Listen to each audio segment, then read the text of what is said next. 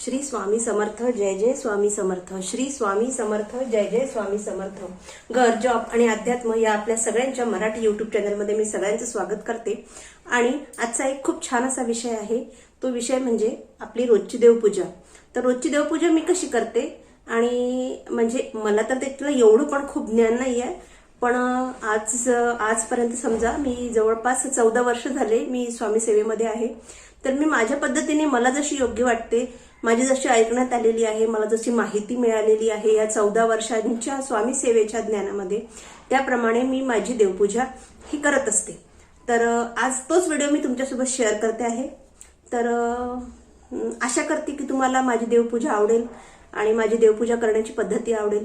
तर सगळ्यांनी आवर्जून माझा जो देवपूजेचा व्हिडिओ आहे नक्कीच स्किप न करता बघा. श्री स्वामी समर्थ. तर चला देवपूजा. तर बघा, ही कालची देवपूजा आहे. आता ही कालचं सगळं, ही पूजा कालची आहे ही अशी. आणि आता हे मी सगळं इथे आधी स्वच्छ करून घेते. हे माझं जप युनिट आहे, जप सुरू आहे माझा, त्याच्यामुळे तिथे ठेवलेलं आहे. बघा, ही कालची पूजा आहे. तुम्हाला दिसत असेल हे सगळे फुलं वगैरे सगळे हे सुकलेले आहेत. आता पूजेची तयारी करून घेतलेली आहे मी सगळे. आणि पहिल्या आता सगळी पूर्ण हे निर्माल्य काढून घेते आणि स्वच्छ करून घेते, आणि मग तुम्हाला व्हिडिओमध्ये भेटते.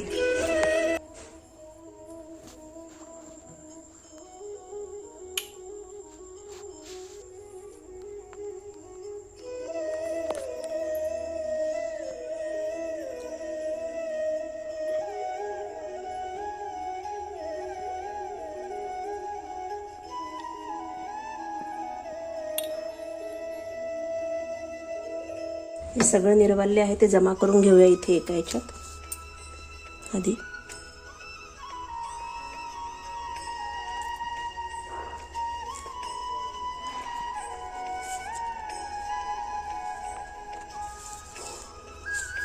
हे जे निर्वाल्य आहे, या निर्वाल्याचं पण एक विशेष महत्व आहे.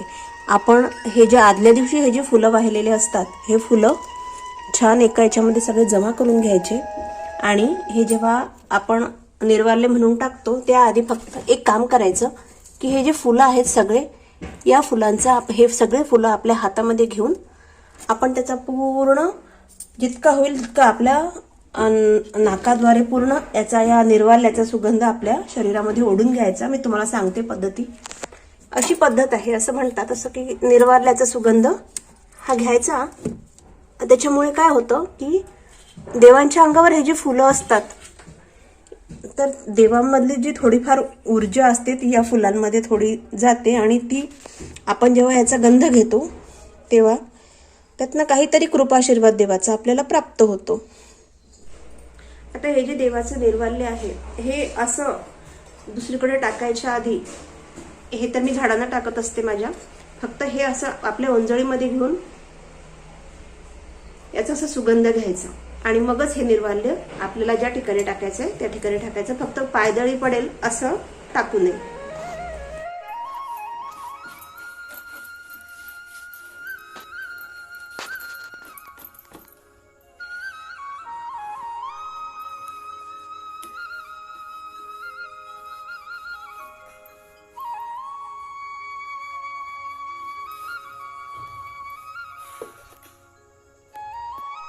आता हे जे देव आहे, आज गुरुवार असल्यामुळे मी काही पूर्ण देवारा स्वच्छ करत नसते आज, कारण की थोडी पूजा जास्त असते.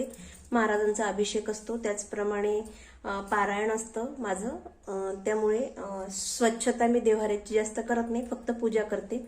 स्वच्छता ही देवाऱ्याची फक्त माझी रविवारची असते, कारण रविवारी शाळेला सुट्टी असते, मला रविवारी वेळ असतो, त्यामुळे देवाऱ्याची स्वच्छता फक्त ही रविवारी असते. आज फक्त पूजा असते आणि तोच व्हिडिओ मी तुम्हाला दाखवत आहे. तर बघूया. देवांचे कपडे काढून घेतलेले आहे आजचे. माझे हे असे जोड ठेवलेले आहेत मी, म्हणजे एकेका दिवशी घालायचे सगळे पेअर असे वेगवेगळ्या पर्समध्ये ठेवलेले आहेत. एखाद्या दिवशी मी तो सुद्धा व्हिडिओ तुमच्यासोबत शेअर करीन. आपल्या घराचा देव्हारा हा ईशान्य कोपऱ्यामध्ये असायला पाहिजे, आणि हा माझा घराचा देव्हारा सुद्धा ईशान्य कोपऱ्यामध्ये आहे. आणि आपण जेव्हा ईशान्य कोपऱ्यामध्ये देव्हारा ठेवतो तर आपोआपच आपण जेव्हा पूजा करतो तर आपलं तोंड आहे ते पूर्वेकडे जातं, आणि पूर्वेकडे बसून आपली पूजा होत असते.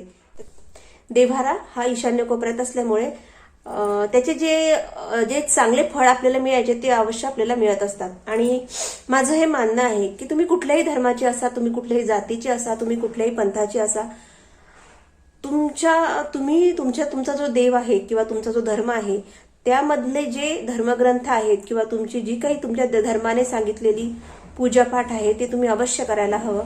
यामुळे असं खूप काही मिळतं असं नाही, पण आपल्याला जी मनशांती मिळायची ती मिळते. आणि एक आपल्या जीवनामध्ये जो संघर्ष येतो ती संघर्ष करण्याची ताकद ही आपल्याला फक्त परमेश्वराच्या चरणाशी गेल्यानेच आपल्याला मिळते. तर त्यामुळे सगळ्यांना माझी विनंती आहे, तुम्ही कुठल्याही धर्माचे जरी असले, कुठल्याही पंथाचे जरी असले, तरी तुम्ही ज्या परमेश्वराला मानता, ज्या ईश्वराला मानता, तुम्ही त्याच्या पायाशी सदैव नतमस्तक राहा. आता देवपूजा करायची म्हटल्यावर बरेच जण असं करतात की सगळे देव असे काढून घेतात एका ताटामध्ये वगैरे आणि मग त्यांची एकत्र पूजा करतात. तर मला तरी असं पर्सनली मला असं वाटतं की सगळ्या देवांची एकत्र पूजा करणे योग्य नाही.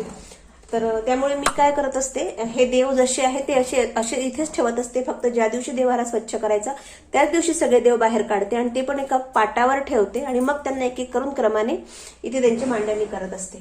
तर आता हे जे देव आहे मी असेच ठेवणार आहे. फक्त यांचा जो क्रम आहे पूजेचा त्याप्रमाणे पूजा करते, तुम्हाला दाखवतेच आहे. तर सगळ्यात पहिले म्हणजे मी जशी करते ते तुम्हाला सांगते आहे आणि मला वाटतं की तशी करावी म्हणून. सगळ्यात पहिले आपण गणपतीची पूजा करतो. गणपतीचं स्नान करतो आणि त्यांची जी पंचोपचार पूजा आहे, पूजेचे 2 प्रकार असतात, एक पंचोपचार पूजा आणि एक षोडशोपचार पूजा. तर आपण साधारण पंचोपचार पूजा ही सगळ्या घरामध्ये नित्यनेमाने होत असते आणि व्हायलाच पाहिजे. तर सगळ्यात पहिले आपण गणपतीला स्नान घालणार आहोत आणि नंतरचा क्रम असतो कुलदेवतेचा, म्हणजे आपले आईसाहेब आहे, खंडोबा महाराज आहे यांचा, आणि मग इष्टदेव, आणि सगळ्यात शेवटी मी महाराजांची सेवा करत असते. म्हणजे महाराजांचं स्नान किंवा महाराजांची पूजा मी ही सगळ्यात शेवटी घेत असते. तर आणि हो, एक आवर्जून गोष्ट सांगावीशी वाटते तुम्हाला की तुम्ही जेव्हा पण कुठल्या तुमच्या देवाला आंघोळ घालताय किंवा गणपती बाप्पांना आंघोळ घालताय किंवा देवीला आंघोळ घालताय, तर ज्यावेळेस तुम्ही ती मूर्ती ताटामध्ये ठेवून त्याला स्नान घालता तर नुसतं स्नान नका घालू. जो कुठला मंत्र असेल तुम्हाला त्यांचा येत असेल तर त्या मंत्राने स्नान करा. त्यामुळे काय होतं, आपल्या घरातले जे देव आहेत ते जागृत होतात. तुम्ही विचार करा ना, जर का तुम्ही रोज साधा एक जरी मंत्र तुम्ही रोज आंघोळ करताना देवाला म्हटला, त्यांचा तो थोडा अभिषेकच होतो. आणि त्यामुळे जर का आपण वर्षभर असं जर का हा नियम चालू ठेवला तर आणि वर्षानुवर्षे आपला हा नियम चालू राहिला तर तुम्हीच विचार करा की आपल्या देवामध्ये किती चैतन्य जागृत होईल, किती ऊर्जा निर्माण होईल. त्यामुळे हा नियम जर तुम्ही करत नसाल तर तुम्ही आवर्जून हा नियम पाळा. तर चला बघूया कसं करायची देवपूजा.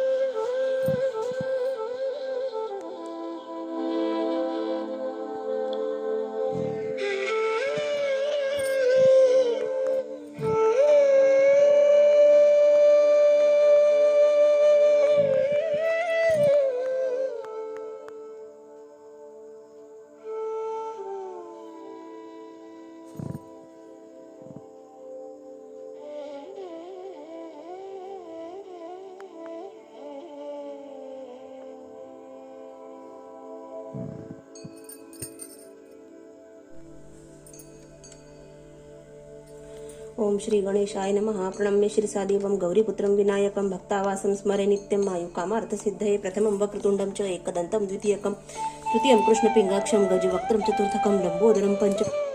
रोज गणपती बाप्पांना स्नान करताना अशा प्रकारे मी गळती लावून गणपती संकटनाशन गणेश स्तोत्र म्हणत असते आणि चतुर्थीच्या दिवशी गणपती अथर्व शीर्षाने गणपती बाप्पांचा अभिषेक करत असते.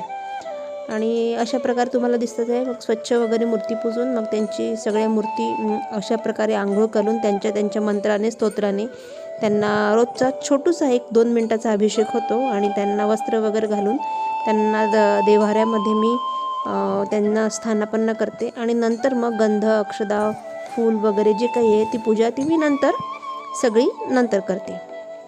तर बघा, एकेका क्रमाने गणपती बाप्पा झाल्यानंतर कुलस्वामिनी आई तुळजाभवानी मातेची आंघोळ मी रोज घालत असते, म्हणजे ह्या क्रमाने घालत असते. आणि तुळजाभवानी मातेची आंघोळ झाल्यानंतर मी खंडोबा महाराजांना आंघोळ घालत असते. आणि त्यानंतर माझे इष्टदेव ज्या क्रमाने आता तुम्हाला व्हिडिओमध्ये दिसतील त्या क्रमाने मी त्यांना आंघोळ घालते. पण प्रत्येक वेळेस आंघोळ घालताना हा त्यांचा मंत्र मी म्हणत असते, जेणेकरून त्यांची छोटी 2 मिनिटाचा का होईना त्या देवांवर त्या मंत्रांचा अभिषेक होतो. आता इथे खंडोबा महाराजांचा आपण मंत्र म्हणणार आहोत, जसं म्हाळसा कांतये नमः किंवा ओम खंडोबाय नमः, ओम खंडोबाय नमः. मी साधा सोपा ओम खंडोबाय नमः असा 11 वेळेस जप करत असते आणि त्यांचं अशा प्रकारे त्यांना स्नान घालत असते. मैत्रिणींनो, रोजची देवपूजा करताना काही त्याचे विशिष्ट नियम आहेत आणि ते नियम आपण पाळायलाच हवेत. तर थोडक्यामध्ये अशाच प्रकारे अन्नपूर्णा बसताना नेहमी आंघोळ घालत म्हणजे धुतलेले कपडे घालूनच देवपूजेला बसायला घालताना त्यांचं मंत्र म्हणत असते. पूजा करते आसनावर आणि आपलं जे आसन आहे त्याच आसनावर बसावं. जमिनीवर पार्वती. तसेच आपले आसन देवतांच्या आसनापेक्षा अन्नपूर्णा मातेला आंघोळ घालताना नेहमी कपाळाला गंध किंवा कुंकू लावूनच देवपूजा करावी. एकाग्र मनाने आणि शांतपणे देवपूजा करावी. देवपूजा करताना सर्व साहित्य जवळ घेऊन बसावे, मध्ये उठू नये. देवघरात आपल्या डाव्या बाजूला समई व उजव्या हाताला तुपाचे निरंजन असावे. फुले वाहताना कायम देठाकडची बाजू ही देवांकडे करावी आणि फुलाचे जे मुख आहे, फुलाचं जे संपूर्ण फूल आहे ते आपल्याकडे करावे. पूजेचे 2 प्रकार मुख्यत्वे करून असतात, ते म्हणजे पंचोपचार पूजेचे 2 प्रकार, षोडशोपचार पूजा. साधारण आपण सगळेजण पंचोपचार पद्धतीने पूजा करतो. पंचोपचार पूजा म्हणजे 5 उपचारांनी जी पूजा करतात त्याला पंचोपचार पूजा असे म्हणतात. जसे गंध, पुष्प, धूप, दीप, नैवेद्य. देवाला गंध लावावे, देवाला फुलं अर्पण करावी, देवाला धूप दीप उदबत्ती ओवाळावी, देवाला तुपाचे निरंजन ओवाळावे आणि देवासमोर भरीव चौकोनी मंडल तयार करून त्यावर नैवेद्य देवाला अर्पण करावा, म्हणजे पंचोपचार पूजा होय. व्हिडिओ सोबत तुम्हाला थोडीशी देवपूजेची माहिती पण दिली. बघा, हे तर कृष्णाला आंघोळ घालून त्यांची अशी तयारी करून दिलेली आहे. अशी सगळ्याच देवांची आता जवळपास आंघोळ झालेली आहे. आता हे आहे महादेवांचं. तर महादेवांचा मी अभिषेक दर सोमवारी करत असते. ओम नमः शिवाय, ओम नमः शिवाय. ओम सौराष्ट्रे सोमनाथं च श्री शैले मल्लिकार्जुनम उज्जैन्यां महाकाल ओंकारममलेश्वरं परल्यां वैजनाथं च डाकिन्यां भीमाशंकरं सेतुबन्धे तु रामे नरः सप्तजन्म कृतं पापं स्मरणे न विनश्यन्ति इति 12 ज्योतिर्लिंगानि. ओम नमः शिवाय. रोज शंभू महादेवांची आंघोळ 12 ज्योतिर्लिंग स्तोत्र यांनी होते, पण सोमवारी आपला रुद्राभिषेक असतो महादेवांचा. म्हणजे ज्या देवांचा विशेष वार असेल त्या दिवशी त्यांचा अभिषेक असतो. आणि नॉर्मली जेव्हा रोज मी देवांची आंघोळ घालते तेव्हा त्यांचा जो कोणता मंत्र असेल त्याने त्यांचा अशा प्रकारे मी अभिषेक करत असते. आता हे व्हिडिओमध्ये काय होत आहे की सगळं मला पूर्ण दाखवता नाही येत आहे, पण तुम्ही समजून घ्या.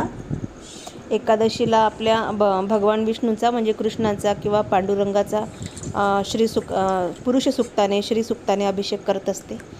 शुक्रवारी लक्ष्मी मातेचा अभिषेक करते, म्हणजे देवीचा अभिषेक तो मी करते आणि तुम्हाला मग फायनली पूर्ण दाखवते.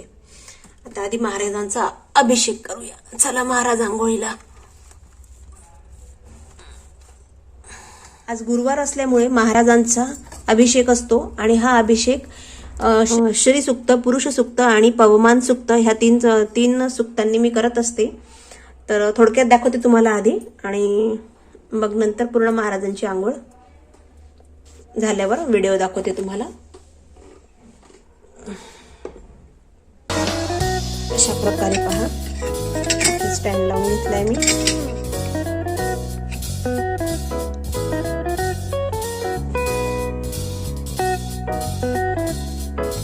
आणि गुरुवार असल्यामुळे तुम्हाला सांगितल्या पद्धतीने असा अभिषेक असतो. आणि नॉर्मली मी फक्त आपलं जे स्वामी स्तवन आहे त्या स्वामी स्तवनानेच मी रोज महाराजांचा अभिषेक करत असते. श्री गणेशाय नमः, श्री सरस्वती नमः, श्री गुरुभ्यो नमः, श्री कुलदैवताय नमः, श्री अक्कलकोट निवासी पूर्ण दत्तावतार दिगंबर्य यतिवर्य स्वामी राजाय नमः. ब्रह्मानंदं परमसुखदं केवलं ज्ञानमूर्तिं द्वन्द्वातीतं गगनसदृशं तत्त्वमस्यादिलक्ष्यम् एकं नित्यं विमलमचलं सर्वधी साक्षिभूतं भावातीतं त्रिगुणरहितं सद्गुरुं तं नमामि. ओम रक्तांग रक्तवर्ण पद्मनेत्र सुहास्यवदनं कंठाटोपीचमाला दंडकमण्डलूधर कट्यांकर रक्षक त्रैगुण्यरहित त्रैलोक्यपालक विश्वनायक भक्तवत्सल कलियुगे श्री स्वामी समर्थावतार धारक पाहि मां पाहि मां पाहि मां. आता करूया प्रार्थना. जय जय जय अघरणा परात् पराक्रम सदना ब्रह्मानंद यतिवर्या जय जय जय पुराण पुरुषा लोकपाला सर्वेशा मगर तुझे रूपे नटलासी करता आणि करविता तुझं हवी आणि होता. समर्थ जय जय स्वामी समर्थ सद्गुरु स्वामी समर्थ जय जय स्वामी समर्थ महाराज श्री स्वामी समर्थ जय जय स्वामी समर्थ सद्गुरु स्वामी समर्थ जय जय स्वामी समर्थ श्री स्वामी समर्थ जय जय स्वामी समर्थ सद्गुरु स्वामी समर्थ. प्रत्येक घरामध्ये देवपूजा ही पंचोपचार पूजा देवपूजा ही व्हायलाच हवी. कारण देवपूजा म्हणजे आपली भक्ती श्रद्धा आणि आपला विश्वास या तिन्हींचा संगम आहे. या तिन्हींचा परिपाक म्हणजे देव. आता हे शंखातलं पाणी आपल्या घरी सगळीकडे सभोवार शिंपडायचं आहे. आता हे सगळं झाल्यानंतर सगळ्या देवांची आंघोळ झाल्यानंतर आता देवांना मी प्रत्येक देवांना त्यांच्या क्रमानुसार मी गंध लावून घेणार आहे. आधी सगळ्यांना अष्टगंध लावून घेते आहे सगळ्या पुरुष देवतांना आणि नंतर सगळ्या स्त्री देवतांना हळदी आणि कुंकू आणि अक्षदा मी अर्पण करणार आहे. पंचोपचार पूजेचे 5 उपचार मी तुम्हाला आधी सांगितले. तशीच ही पंचोपचार पूजा आहे. आपल्या साधारण संसारिक व्यक्तीच्या घरी पंचोपचार पूजा ही होत असते. आणि षोडशोपचार पूजा म्हणजे 16 उपचारांनी केलेली देवांची पूजा. तर एवढे 16 उपचार आपल्यासारख्या साधारण व्यक्तींना रोज करणे शक्य होत नाही. त्यामुळे पंचोपचार पूजा ही आपण नेहमी करत असतो. तर देवाला आपल्या घरी नैवेद्य दाखवण्याची अशी काही विशेष फार कडक नियम नाही आहेत. फक्त आपल्या घरी आपण जे काही जेवण बनवू ते जेवण सगळ्यांनी ग्रहण करायच्या आधी आपण देवाला अर्पण करायला हवेत. किंवा जर आताच्या दिवसांमध्ये आपल्याला लहान मुलांना डबा वगैरे द्यावा लागतो तर निदान देवांचं जे ताट आहे ते आधी बाजूला काढून ठेवायचं आणि मग त्यांना मुलांना वगैरे डबा द्यायचा किंवा त्यांना आधी जेवण द्यायचं. पण देवासाठी जो नैवेद्य आहे तो आधी बाजूला काढून मग जेव्हा आपण देवपूजा करू तेव्हा हा देवाला नैवेद्य अर्पण करायचा.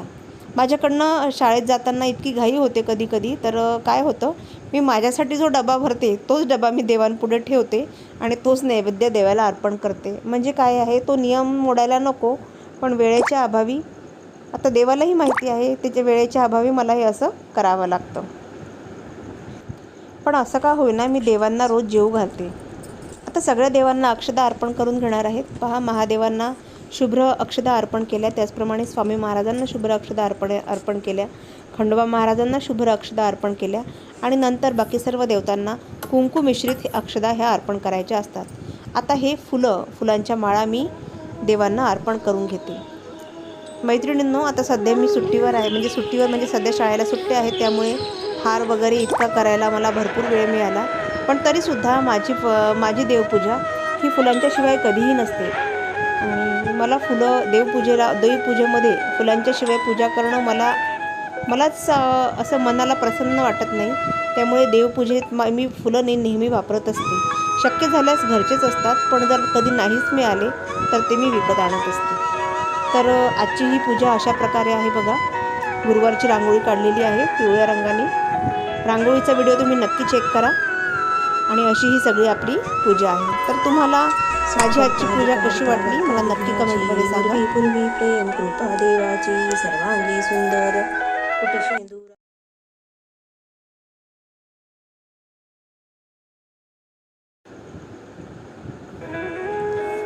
आज उपास असल्यामुळे मी देवांना आंब्याचाच नैवेद्य अर्पण केलेला आहे.